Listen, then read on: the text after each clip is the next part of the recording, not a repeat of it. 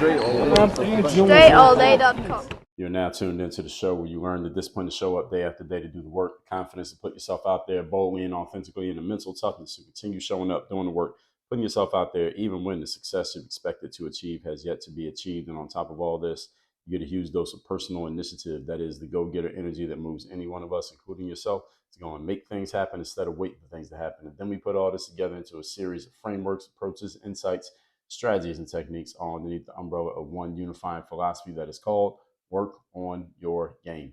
My name is Dre Baldwin, also known as Dre All Day, and welcome to the show.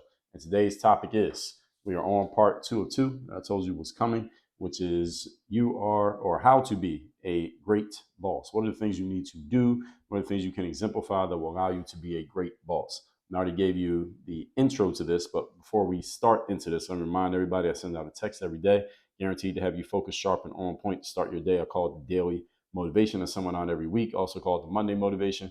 All you got to do to get these messages is join my text community by texting me at my number 305-384-6894.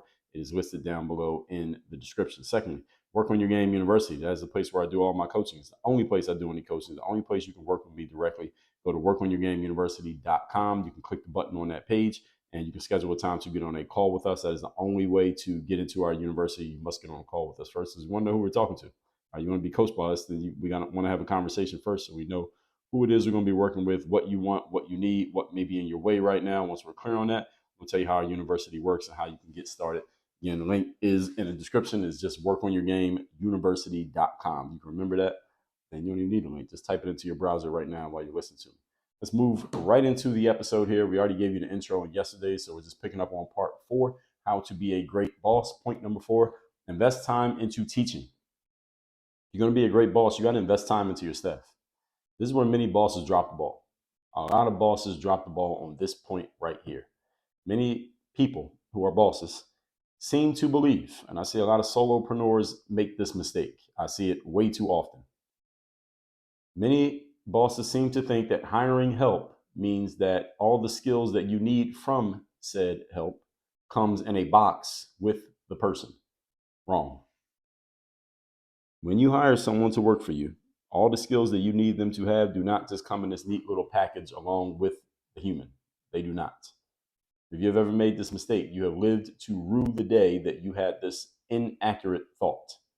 You must actually train and teach your staff for exactly what you want them to do, how to do it, and how you want things done specifically, if there is a specific way you want things done. I would suggest you have a specific way you want things done, because if you leave them to just figure it out on their own, you're going to get random outcomes. You have to train your staff for this, even if they already have a high level skill set. If they have a high level skill set, maybe they've done a similar job in the past and things like that, you still must train them, because you should never assume that someone knows something. And if you don't teach it to them, then you can't get mad at them or hold them accountable for not doing it the way that you taught, because you didn't teach it. So if they do something the way that you didn't want it done, well, that's because you neglected to teach them how you wanted it done, and they did it the way that they did it at the old job, but that's not the way you do it at this job. So that's why you have to take time to train people and teach them, even when they show up with a already ready-made skill set, or at least it looks like on paper that they have a ready-made skill set. I'll give you an example. I had my sister, Dre Baldwin, on the show in 2017, and maybe 2017 or 2018, one of those years. And she talked about how when she first got out of college, she's a year older than me, she took a job in investment banking. Now, my sister went to an Ivy League school, which was probably a prerequisite for her even getting a job, is that you got to have a degree from like a certain type of school. And she had it. She had a degree from Ivy League school. I don't know what she majored in, but she had the degree. And this is before she went on and got later degrees, like advanced degrees. But at this point, I believe she only had a 4-year degree, I think. And when she went and got that job, I asked her, when you got the job, did the job assume that you had certain skill sets because you came from a good school, and she probably had good grades in school? I don't know what her grades were. They were probably pretty good. And I asked her if they assumed that she had any skills based on the fact that she was coming from a certain school with certain jobs, et cetera. And she said, no. She said, they taught us as if we knew absolutely nothing. They trained us from the ground up. That's exactly what you need to do. I don't care how talented a person is. I don't care how shiny their resume is. I don't care how much they aced the interview process. Anyone you hire, you must train them as if they know nothing. And if they happen to know something, that's a bonus. If you're in the process of training them, you learn that they actually know stuff and they actually have skills. And there are some things you don't need to teach them because they already know it. And they kind of tell you, like, you already know that part, and they explain it to you, maybe better than you would have it explained it to them. Consider that a bonus, but do not shortcut the process thinking that you don't need to train somebody just because they know some stuff. All right, don't do that. Again, you're shooting yourself in the foot and you're going to end up in a bad space. Train them as if they know nothing. All right, so if they know something, it's like you found some money in the couch cushions. All right, it's a bonus. It's not, don't expect it. Don't go thinking you're going to pay for your groceries and rent and your kids' daycare with more money that you find in the couch cushions because you found something last week. All right, you should not assume that anyone knows anything. Assumptions will cost you. All right, if you are good at teaching your staff will operate your processes exactly as they're supposed to be operated. But if they're continually dropping the ball, that's because somebody, probably you, failed at teaching and failed at training. In that same time frame, probably 2017, 2018, I told this story. I was working at Pizza Hut. This is one of my first jobs as a kid. I started working when I was 15 years of age. I remember I had a job at Pizza Hut, and one day I'm working there. It's like a weekday. It's like a Tuesday afternoon, and Pizza Hut, I don't know what they do now, but they used to have a salad bar from like 12 o'clock to 1 o'clock, salad buffet bar every day, 12 to 1 o'clock. And on a Tuesday, in the middle of the day on a Tuesday, it's not like it's super busy. So it was only two people working in the store. It's me and the manager's name was Terrell. And I'm asking Terrell because I knew the salad bar was coming up at 12 o'clock. I said, what can I do to help get the salad bar ready? And Terrell was working on the line, like the cook line. So he was making all the pizzas and stuff, and I was just taking orders. And if anybody came and sat down, I would serve the customers who were sitting down. But it's a very quiet day. But we did have to get the salad bar ready because it's a buffet. So whoever came in, we had to have the buffet ready. So Terrell was like, yeah, you can make the salad. Go ahead and make the salad for the buffet. And I was like, man, I don't really know how to make a salad. Now, again, I'm 15, 16 years of age at this point. I had eaten plenty of salad, but I didn't know how to make a salad. I never actually made a salad. So I wanted to make sure I made it right. So I said, what goes in the salad? And he's like, man, you don't know how to make a salad? All right, man, you got to put carrots, you got to put tomatoes, put some celery, make sure you put some croutons on top, make sure you sprinkle some cheese, and you can put some onions in there. And I said, all right, cool. And I remembered everything he said, and I went into the walk-in refrigerator, and I got everything that he said. And I put it in the bowl. And I came back to him. And Terrell, again, he's on the pizza line. He's making pizzas for the orders that are coming in, the pickup orders, and the pizzas that are going to go on the buffet.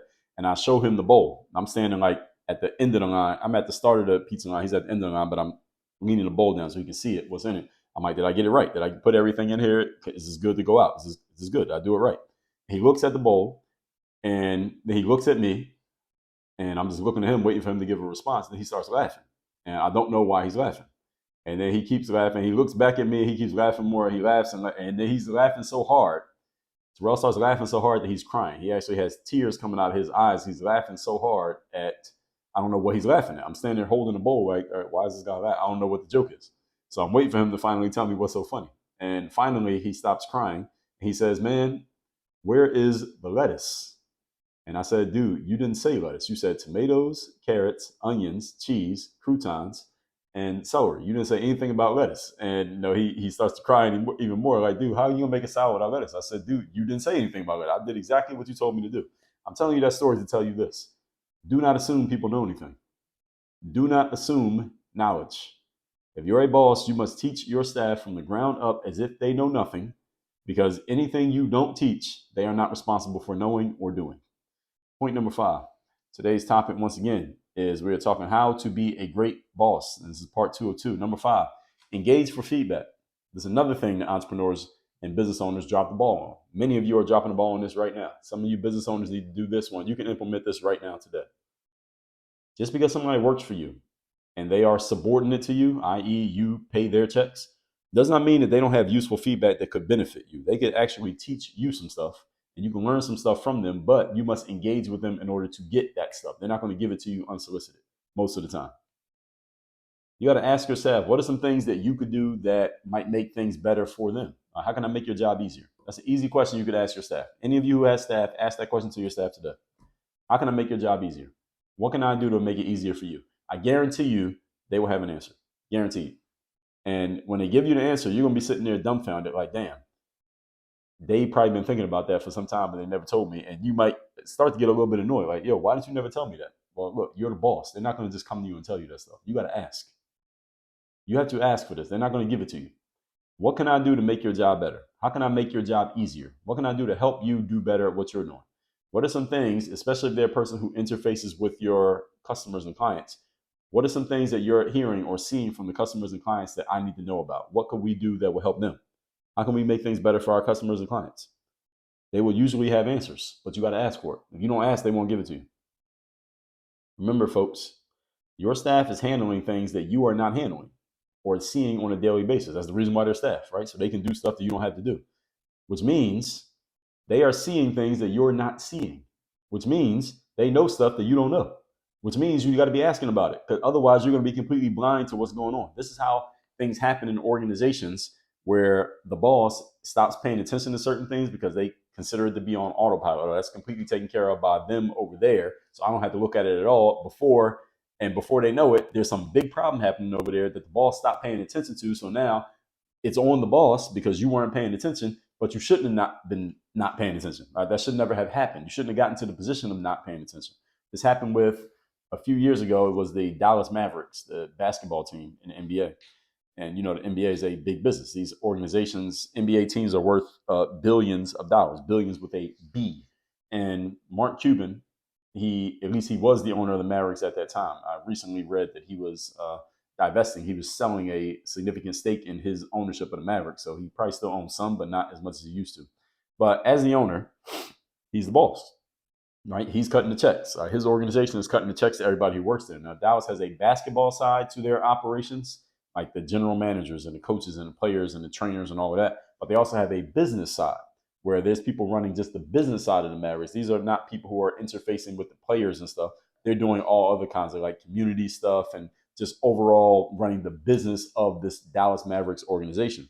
So long story short, what had happened here is that there was a sexual harassment situation going on the business side of the Mavericks organization.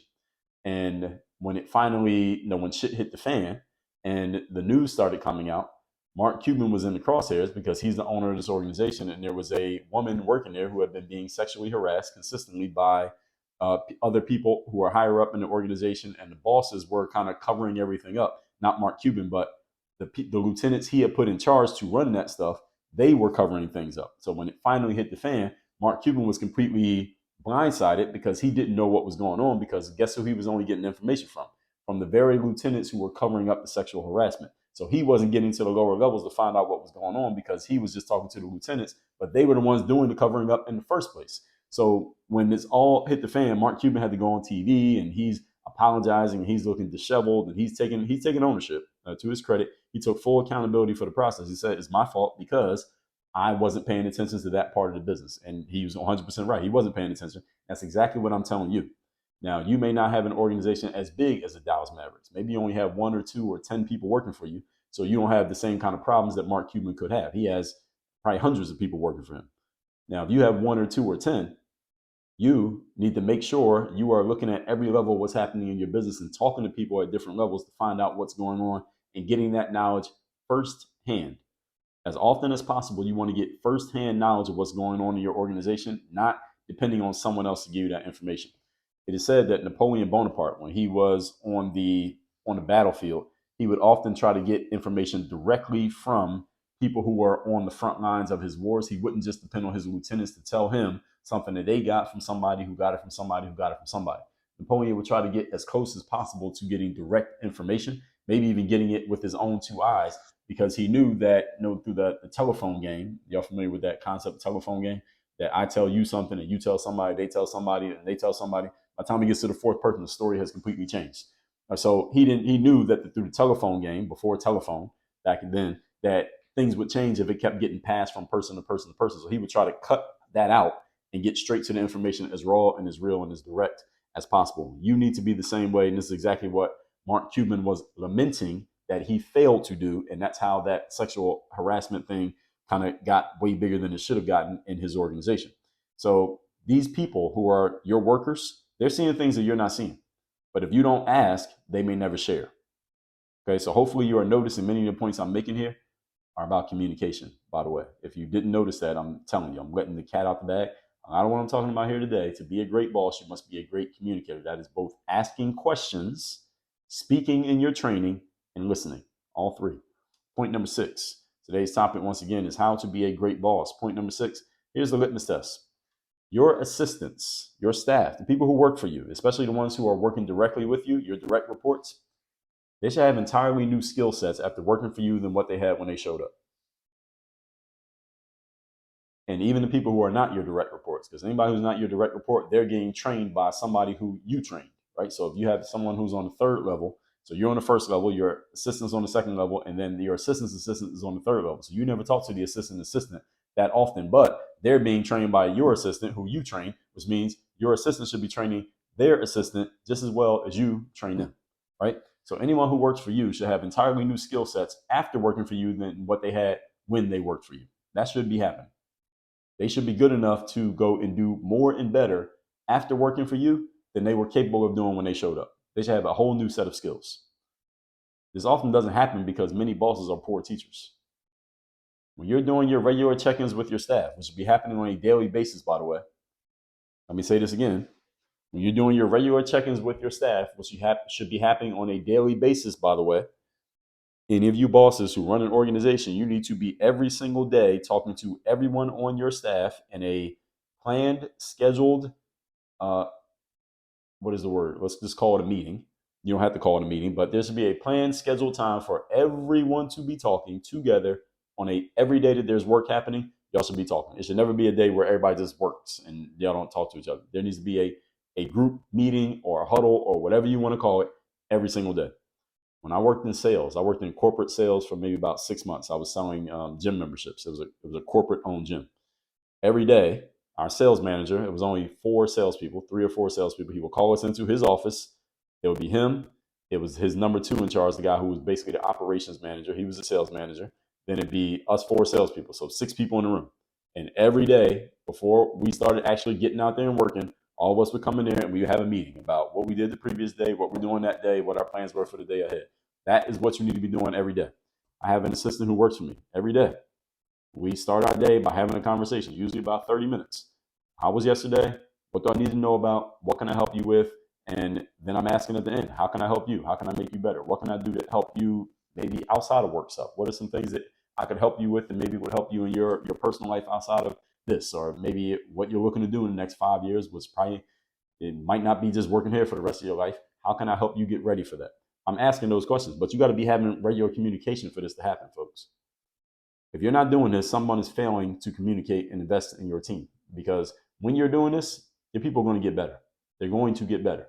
I told you, I've had staff hired away from me, poached by other entrepreneurs who paid them more money than I was paying them because I made them good enough that they were worth more money.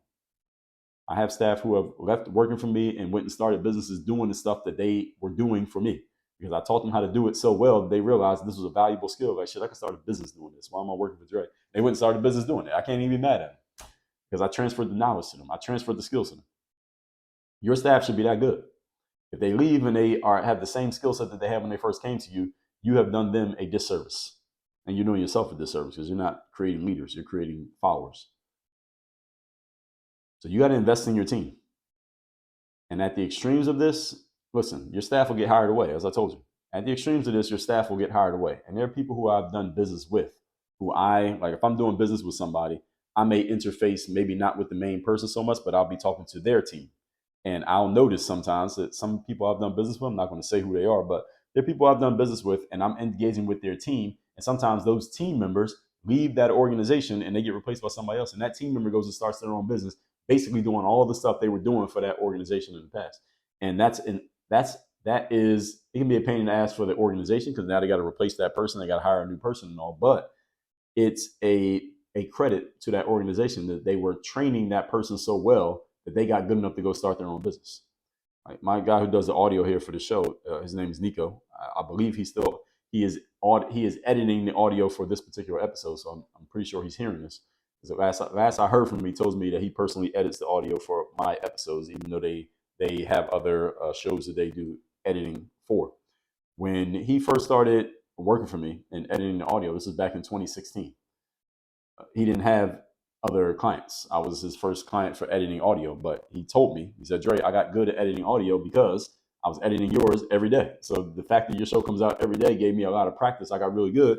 And then I said, why don't we start a business on this? And now he and his wife have a business where they edit audio for other people's podcasts. So any of you who has a podcast and you need someone to edit your audio, reach out to me. I will connect you with Nico and their team. They have a whole team. They're based in the Philippines, and they will edit the audio. They'll edit the audio for your show for you.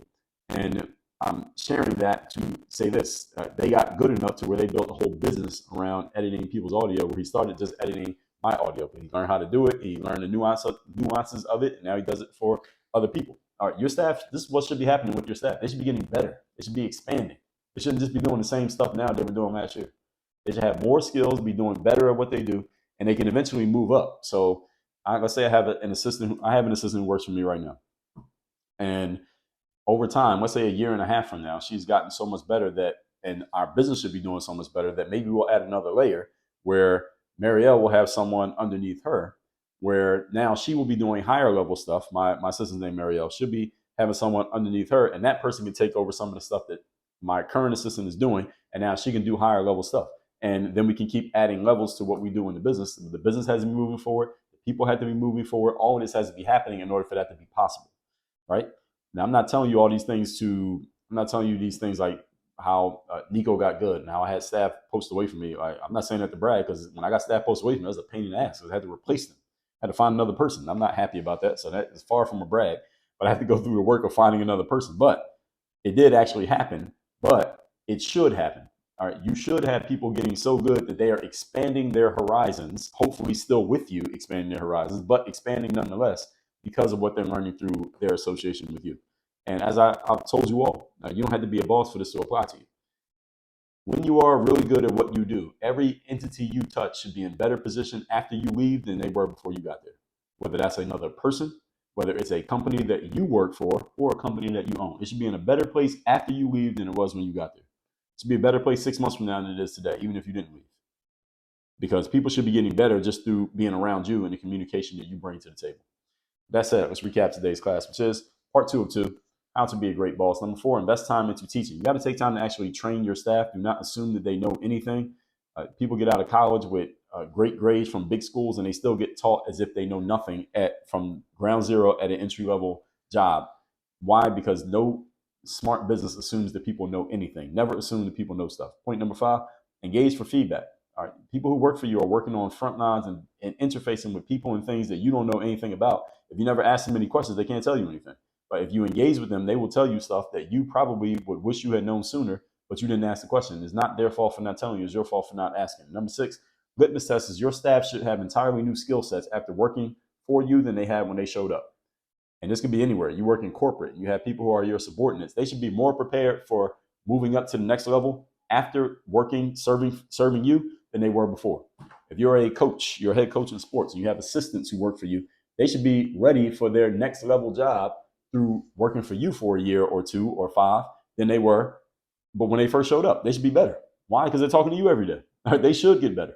If you have an assistant who works with you directly, they're your direct report, they should get a lot better through working with you every single day than they were before they started working with you every single day. This should always absolutely be happening in business. So with all that said, folks, now you know how to be a great boss. Make sure you text me so you're in my text community. My number is 305-384-6894. And Work on Your Game University.com. That is the place where I do all my coaching. If you want to learn hands-on how to be a great boss, how to start applying this to your business, how to train your staff the right way so that they are actually getting better and they're making your job easier over time, which should be happening. Your job should not be as hard 6 months from now as it is today with a staff member. You hired a staff member today, you got to do a lot of work to get them going. But 6 months from now, it should be a lot easier. It should be a lot smoother. It should be a day where you didn't go to work, for example. You just text your assistant and say, look, I'm not going to make it in today, but you work as usual. Just send me a report at the end of the day. And they should be able to do their work without having to talk to you. That should be happening. If it's not happening, somebody's not doing their job. That would be you. Go to workonyourgameuniversity.com. I will teach you and train you on how to do this, how to do it the right way and the effective and efficient way so that everybody wins in the process. Again, that's at workonyourgameuniversity.com. Link down below in the description. Work on your game. Dre, all